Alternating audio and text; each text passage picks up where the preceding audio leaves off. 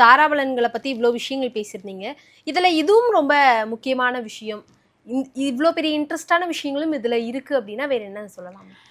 நான் என்னை வச்சு தான் எல்லாத்தையும் யோசிப்பேன். ஃபஸ்ட்டு நான் வந்து ஒரு தாரையை வந்து ஆரம்பித்து கிட்டத்தட்ட ஒரு ரொம்ப வருட காலமாக, ஒரு ஏறக்குறைய ஒரு 8-9 வருட காலமாக ஒரு வடிவத்தை பயன்படுத்திட்டு இருக்கேன். இது அவ்வளோ அற்புதமாக நமக்கு வேலை செய்யுதுங்கும் பொழுது இதை தான் நான் எல்லாருக்கும் எடுத்து கொடுத்துட்ருக்கேன். இது போல் நிறைய விஷயங்கள் இந்த நீங்கள் பிருகநந்தி நாடி பற்றி நம்ம பேசிகிட்டு இருந்தோம் இல்லையா, இதில் ரெமெடிஸ்ன்னு ஒரு செக்ஷன் இருக்குல்ல, இந்த ரெமெடிஸ் செக்ஷனில் நான் வந்து இந்த நட்சத்திரத்தை வைத்து இது போல் வடிவங்களை கொடுப்பேன். அப்படி கொடுக்கும் பொழுது எதெல்லாம் பார்க்கணும், எதெல்லாம் பார்க்கக்கூடாது, அந்த கொடுக்கக்கூடிய நட்சத்திரம் 6, 8, 12 மறையாமல் இருக்கா, குருவோடைய பார்வையெல்லாம் இருக்கா, இவ்வளோ விஷயங்கள் பார்த்து அனலைஸ் பண்ணி ஒருத்தருக்கு நட்சத்திரத்தை எடுத்து கொடுக்குறோன்னு வச்சுக்கோங்க, அந்த வடிவத்தை எடுத்து கொடுக்குறோன்னா அது நிச்சயமாக பூரண வெற்றி. சக்ஸஸ் அப்படிங்கிறது ஒரு குட் பிகினிங் தானே.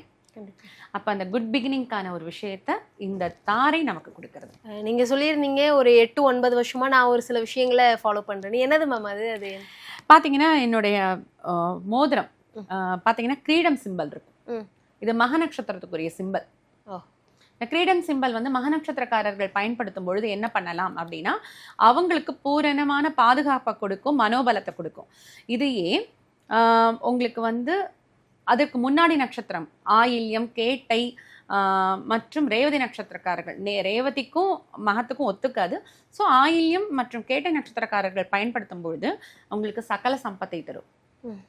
இதுவே உங்களுக்கு வந்து புனர்பூச நட்சத்திரம் யூஸ் பண்ணுறாங்கன்னு வச்சுக்கோங்களேன், இந்த கிரீடம் சிம்பலை புனர்பூசம், பூசம், ஆயில்யம், மகம் 4வது நட்சத்திரமாகுது.